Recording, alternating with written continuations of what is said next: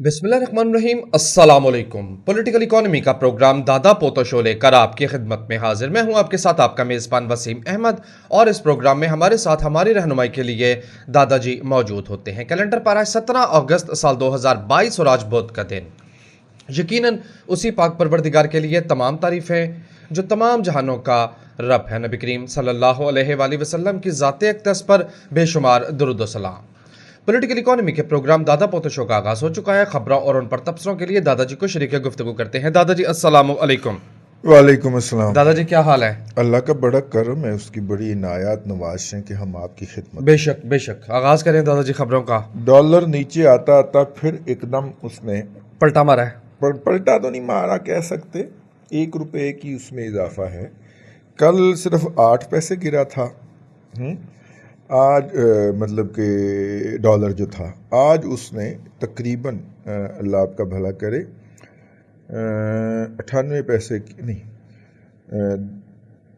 1 रुपया 1 पैसे, 1 रुपया 1 पैसे आप कहना चाह रहे हैं गेन किया है? 1 रुपया 1 पैसा गेन किया। राइट। कल 213 रुपये 90 पैसे पे क्लोजिंग शो की थी और जिस वक्त हम प्रोग्राम कर रहे हैं उस वक्त 214 रुपये 91 पैसे।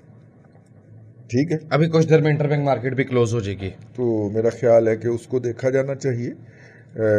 ये जो है उसकी वजह क्या है जी। सामीन कराम, फाइनेंस की वर्ल्ड के अंदर किसी भी चीज़ के गिरने का या चढ़ने का जो ग्राफ होता है वो ऐसे नहीं होता, वो ऐसे होता है, स्विंग्स। ठीक है, ज़्यादा थोड़ा चढ़ता है फिर थोड़ा सा गिरता है, फिर ज़्यादा चढ़ता है फिर थोड़ा सा गिरता है, फिर ज़्यादा चढ़ता है फिर थोड़ा सा गिरता है, इस तरह करके वो ऊपर जाता है। और गिरने का अमल भी ऐसे होता है जी।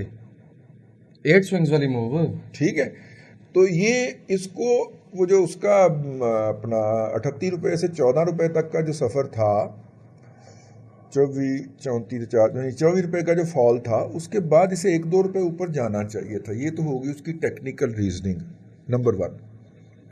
नंबर 2 उसकी जो मुआशी वजह है वो ये है कि अब तक पाकिस्तान के ख़जाने के अंदर कोई $1 इजाफी नहीं आया। वादे वईद बहुत आए हैं लेकिन उन वादों वईद के नतीजे के अंदर कोई $1 नहीं आया। सारे लोग इंतज़ार कर रहे हैं कि IMF अप्रूवल देगा और इसके डॉलर के मजबूत होने और रुपए के गिरने की एक और वजह जो समझ आती है वो ये है कि पहले IMF के बोर्ड का इजलास, गौर से सुननी है यहाँ से ये बात आप, पहले IMF के बोर्ड का इजलास की तारीख 26 पड़ी थी, फिर हुकूमत पाकिस्तान ने की गुजारिश, ठीक है, और गुजारिश के नतीजे में अफवाह खबर ये आई कि जनाब उन्होंने 16 को इजलास रख लिया है। अगस्त की कि सितंबर की? अगस्त की। अच्छा ठीक है, यानी हो गया। हम अगस्त की बात कर रहे हैं। जी जी। 16 तो गुजर गया, आज हम 17 का प्रोग्राम कर रहे हैं। यस। 16 वाले दिन खबर आई कि जनाब नहीं, उन्होंने रिक्वेस्ट हमारी कोई नहीं मनी थी, बल्कि वो 26 वाला इजलास उठा के भी 29 अगस्त को ले गए। तो अब इजलास होगा 29 अगस्त। तो ये रुपए का डिगना बनता था, हाइप क्रिएट हो रही थी 16 वाले इजलास के लिए। इजलास चला गया 29 थे तो रुपए का डिगना बनता था फिर जी। अब आप कहेंगे कि ये क्या वजह है? बुनियादी तौर पे ये वजह है, अब ये वजह मैंने व्लॉग में बतानी थी लेकिन आपको बता देता हूं मैं यहाँ पे। नाज़रीन ने कहा बुनियादी वजह ये है कि वो आपने एक मूवी तो देखी हुई है ना, एनिमी इन द बेड, अंग्रेजी की है। अच्छा, वैसे से देखी। ठीक है, वो है मेरी अंग्रेजी के मसाइल है। अच्छा, तो वो जो है ये इस वक्त जो हुकूमत है, वो सियासी हुकूमत वफाक के अंदर जो है, उनका ये ख्याल है कि ये हमारे साथ तराव करने लगे।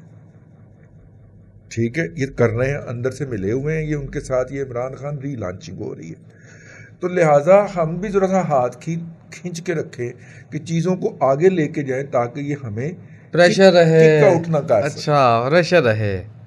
गल आपने गौर से करनी है। चाचू की चलाकियाँ, चाचू की चलाकियाँ, चाचू और मिफ्ता ने ये रल के ये इजलास आगे करवाया क्योंकि इनके पास ये इतला थी कि ये 16 को या 28 को असम्बलियाँ तोड़वा देंगे हमारी बाजू मरोड़ के। तो उन्होंने कहा ठीक है, असम्बलियाँ अगस्त तक गुजारिए ना, क्योंकि वो जो बनी गाला के मौक्कलीन का ये ख्याल था कि ये 2 तारीखें बड़ी साद होंगी और अगर इनमें असम्बलियाँ टूटती हैं और 8 अक्टूबर या 18 अक्टूबर को जो बल्कि 18 अक्टूबर को जो इलेक्शन होंगे, ये 7 तारीखें हैं जनाब इमरान खान के लिए।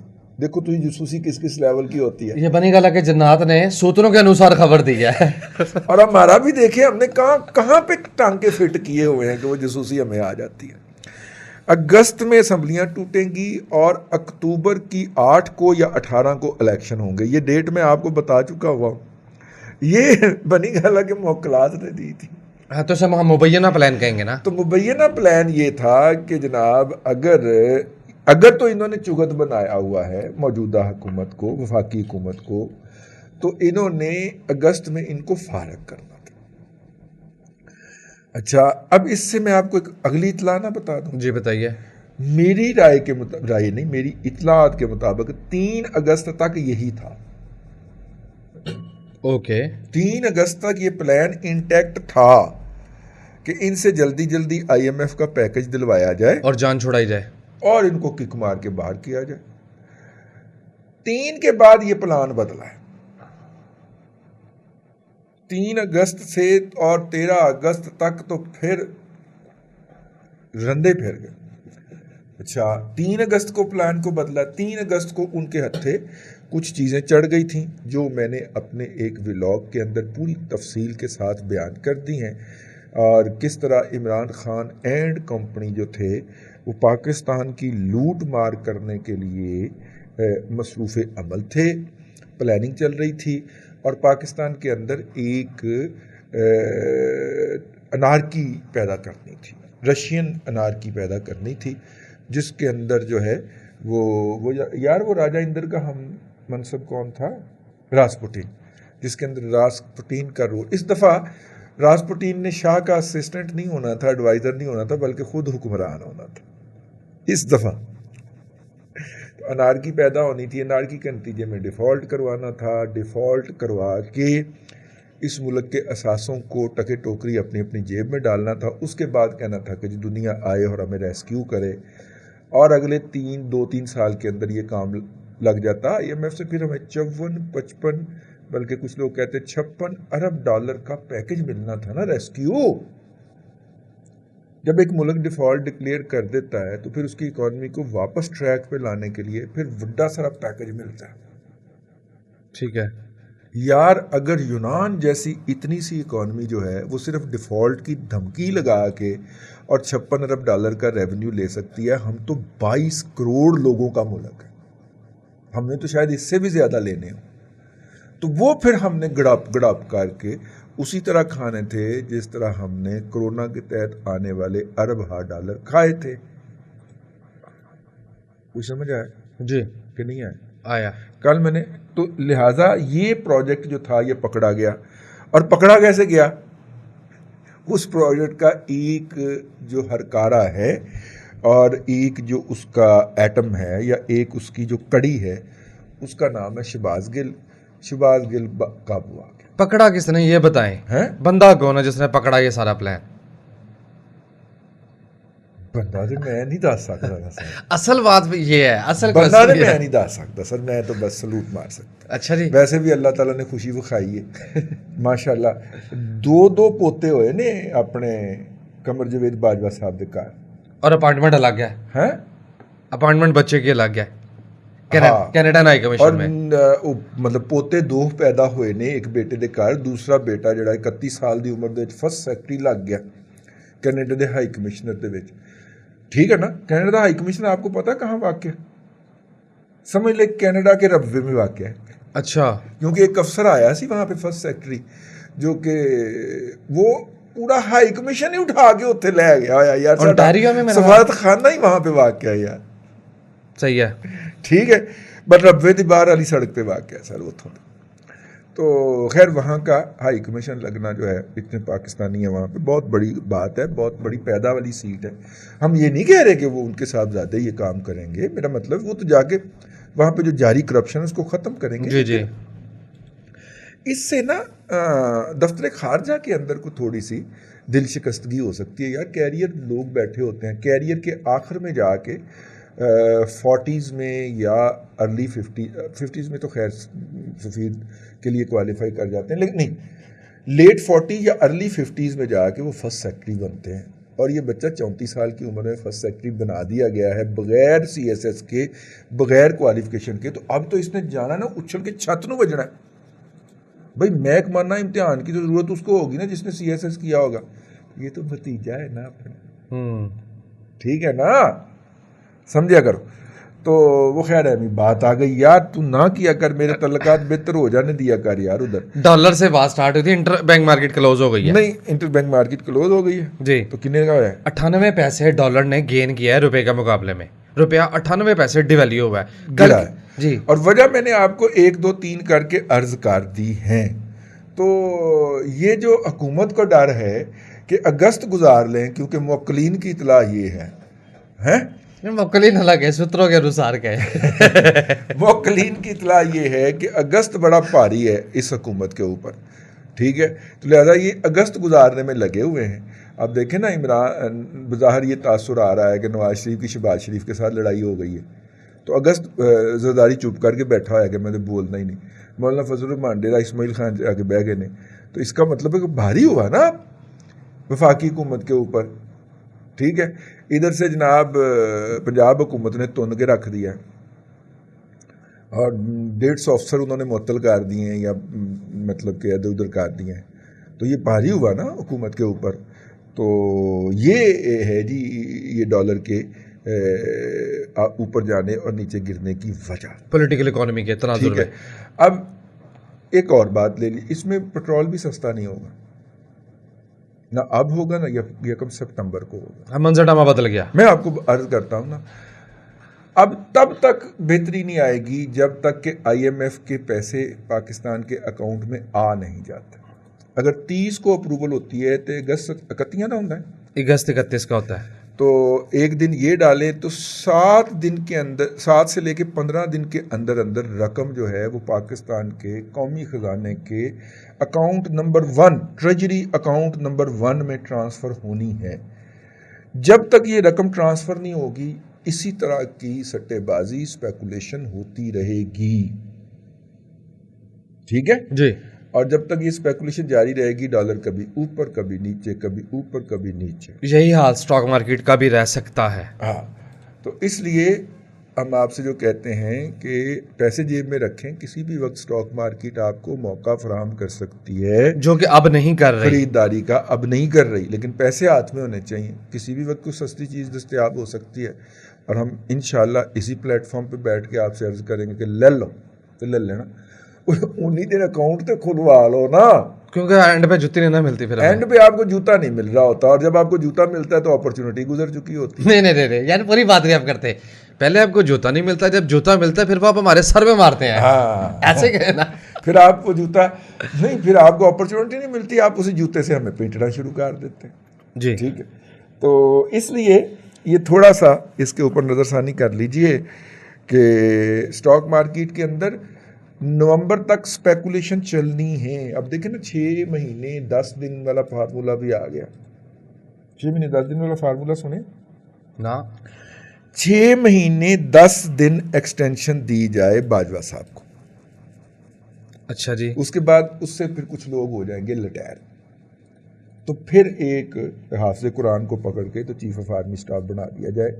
इस मंसूबे की बाज़गश्त इस वक्त इस्लामाबाद की फिजाओं में सुनी जा रही है। 6 महीने 10 दिन, फिर अल्लाह खुशी दिखाएगा उसके बाद। 6 महीने 10 दिन के बाद भी अल्लाह खुशी दिखा सकता है, लेकिन 6 महीने वाली खुशी जो होती है वो सारी उम्र उसकी सेहत के ही मसाइल पड़े रहते हैं। यार बहुत बरीक कर गए, बहुत ही बरीक कर गए ना करे ज़्यादा बरीक हो गई है। आज एक बंदा नहीं बल्कि आज 2 बंदे आए हुए थे बैरून मुल्क से, तो वो कह रहे थे खुदा दा ना ही दादा पोता शो बंद नहीं करना तुसी, अगरचे हम तादाद में थोड़े हैं लेकिन हम अपनी जगहों पे कंपनियों को हेड करते हैं। तो मैं क्या, मैं दिल से कहने लगा सा, मैं क्या, मेरा मतलब है आप इतनी बड़ी कंपनी को हेड कर रहे हैं यार, और इसके अंदर एक इश्तिहार नहीं चलता, और आप कहते हैं कि ये याशी आपकी जारी भी रहनी चाहिए। वो भी लेकिन मैंने मुफ्त कहा में, नहीं। हाँ, ये मैंने कहा नहीं, ठीक है ना। तो दिल नहीं करता, लेकिन ये है कि मैं उन्हें कहता कहता रह गया कि यार आपका अरबों रुपए का लेन देन है वहाँ पे, बकौल आपके जो आप फरमा रहे हैं, ठीक है। वो जो मतलब कि हैं, हाँ चलो जी। अच्छा, इंटरबैंक की क्लोजिंग भी हो गई, उसके बाद स्टॉक मार्केट जो है इनिशियली आज वेडनेसडे को जब मॉर्निंग में ओपन हुई तो थोड़ा सा पॉजिटिव रहने के बाद इंडेक्स नेगेटिव जोन में चला गया, लेकिन जो 12 बजे के बाद का सेशन था उसके में मार्केट में अच्छी बाइंग देखी गई, और मार्केट इस वक्त जब मार्केट बंद होने में 12 मिनट है 237 पॉइंट बुलंद है, मार्केट बुलंद है जी। सांस ले ले के शेयर्स जो है ना वो ऊपर जा रहे हैं, अगर कोई शेयर नीचे भी आता है तो वो ज़्यादा देर नीचे नहीं रह पा रहा, और जो मार्केट को समझते हैं उन्हें मार्केट के सीजन्स का, मार्केट के माहौल का पता है कि ये माहौल मार्केट में बनते हैं। बहुत अच्छा। रिजल्ट सीजन इस वक्त अपने अरूज पे है, कंपनियों के डिविडेंड्स आ रहे हैं और उसकी वजह से मार्केट में बेट्स हो रही हैं, फ्लक्चुएशन हो रही है, वॉलेटिलिटी है। यार आज हमने स्टॉक मार्केट पे और रुपी पे ही सारा प्रोग्राम कर दिया। कितने मिनट रह गए दादाजी? टाइम तो हम ऑलमोस्ट 80% से भी ज्यादा कंज्यूम कर चुके हैं। अब हम शहजाद अकबर का नाम ईसीएल पे प्लेस कर दिया गया है। ये तो पुरानी बात है। शहजाद अकबर साहब जो है स्कॉटलैंड के सहरा पे पाए जा रहे हैं। मैं तो स्कॉटलैंड में भी सहरा होता है? और स्कॉटलैंड के साहिल पे। अच्छा, साहिल पे। और वहां पे गाना कौन सा गा रहे हैं? साहिल पे खड़े हो तुम्हें क्या गम चले जाना। अब पता नहीं ये वो उनकी गाने की सदा जो है वो माल ऑफ लाहौर तक पहुंच रही है कि नहीं हो दादाजी। मैं माल ऑफ लाहौर का ना ही लिया है ना यार। वो कोर कमांडर हाउस जो है जिना हाउस, उसके बिल्कुल अपोजिट वाक़या है मलक रियाज का प्लाजा है यार। मेरा मतलब है अब मलक रियाज का प्लाजा बड़ा महंगा प्लाजा है यार। मलक रियाज ने उसकी मार्केटिंग पे बड़े पैसे लगाए और बड़े बड़े मॉडल्स को वहाँ पे राइश दी है ताकि उनको आता जाता लोग देखें कि हाँ ये यहाँ पे रहती है, ठीक है। लेकिन और नहीं यार, मॉडल क्या अपना, मेरा मतलब है अल्लाह आपका भला करे, जो सानिया मिर्जा भी वहाँ पे रहती है ना, सानिया मिर्जा। हाँ, मतलब मैं सानिया मिर्जा की बात कर रहा हूँ, सोफिया मिर्जा की बात नहीं कहा। ठीक है, सानिया मिर्जा भी वहाँ पे रहती हैं सर। और वो जब आता है, वो क्या नाम है उसके मियाँ का? शोएब मलिक। दसो अपना असी अपना मुंडा भुल गए, सानू सानिया मिर्जा सियालकोट का लड़का। हाँ, वो मुंडा सियालकोटी जो है हमारा शोएब मलिक, उसका भी वहाँ पे है ना यार। मैं तो उस मिर्जा की बात कर रहा हूँ, तुसी सोफिया मिर्जा की गल लाई। मिर्जी माहौल हुआ पड़ा है। मिर्जी माहौल हुआ। मतलब देखो ना, शहजाद अकबर मिर्जा, सोफिया मिर्जा, सानिया मिर्जा, आए क्या ट्राई। तो शोएब मलिक को भी थोड़ा सा मिर्जा ही समझे आप। नहीं, उसके साथ बेग लगा लेते, शोएब मलिक बेग, मिर्जा शोएब मलिक बेग, ठीक है यार। आज पता नहीं है इंटरनेट मेरे नाल की करू है। मैं खबरें थ्रो कर रहा हूँ, जरा चेक करें। स्टील इंडस्ट्री को इस बात का खतरा है कि अपकमिंग मॉनेटरी पॉलिसी डिजास्टरस होगी उसके लिए, क्योंकि उसके अंदर 2% जो इजाफे की बात आ रही है ना। लेकिन स्टील इंडस्ट्री को का साबन स्लो है उनको पता होना चाहिए कि हुकूमत ने वो इरादा मुलतवी कर दिया है। हमने दादा पोता शो में बात की है कि कल या परसों ही खबर पड़ी थी दादाजी। मीनवाइल मुझे एक बात याद आई, मैं तो स्कॉटलैंड के साहिल तक गया हूँ तो पानी बड़ा ठंडा होता है। आहो, बहुत ठंडा पानी है। तो वो तो बर्फ जम जाएगी, ऊपर से बाल भी कोई नहीं है उसके। शहजाद अकबर के यार तो अंदाजा कर, जो इतना ठंडा पानी तस्वीर हमें भिजवाई गई है उसमें वो निक्कर पहन के खड़ा हुआ। अल्लाह की कसम, वहां पे निक्कर पहन के खड़ा होना किसी इंसान के बस की बहुत, हाँ, बहुत मुश्किल होता है। इतनी मोटी चर्बी की तय होनी चाहिए आपके जिस्म के ऊपर। वहां पे जो जानवर पाए जाते हैं, लेकिन देखें रिछ पाया जाता है, रिछ के ऊपर इतनी मोटी चर्बी होती है। गेंडा पाया जाता है, गेंडा नहीं, दरियाई कोड़ा जो होता है, दरियाई कोड़ा देखे वो उसके ऊपर कितनी मोटी चर्बी होती है। गोली भी असर नहीं करती, गोली भी असर नहीं करती, ठीक है। और वहां पे कौन सा जानवर पाया जाता है? लुदड़ पाया जाता है यार, ठीक है। लुदड़ के ऊपर भी चर्बी होती है इतनी सारी। और एक वो सी लाइन जो होता है ना, वो ना जिनको टुरिया जाता बेचारे को है, कहने को लाइन है, कहने को लाइन होता है, लेकिन ना उनको टुरिया जाता। मतलब वो अल्लाह तबारक व तआला ने वेल मछलियों के लिए जो प्रोटीन पैदा किया वो उनकी शक्ल में पैदा किया, धुप्पे से क्या जाना है। कार्टून्स के बड़े मजेदार होते हैं, लेकिन वो धुप्पे बैठा धुप सेकता रहता है। बस वो पानी में उतरता है, उधर से वो किलर व्हील आती है, वो आके उसको गड़ाप करके ले जाती है। तो वो किलर व्हील ने भी जो रोजाना कई 100 मन गोश्त खाना होता है ना, ठीक है। तो इस तरह के जानवर पाए जाते हैं वहाँ पे, और वहाँ पे अगर उनके दरमियान शहजाद अकबर मिर्ज़ा साहब मौजूद होंगे, वैसे गुम हो जाएंगे हम।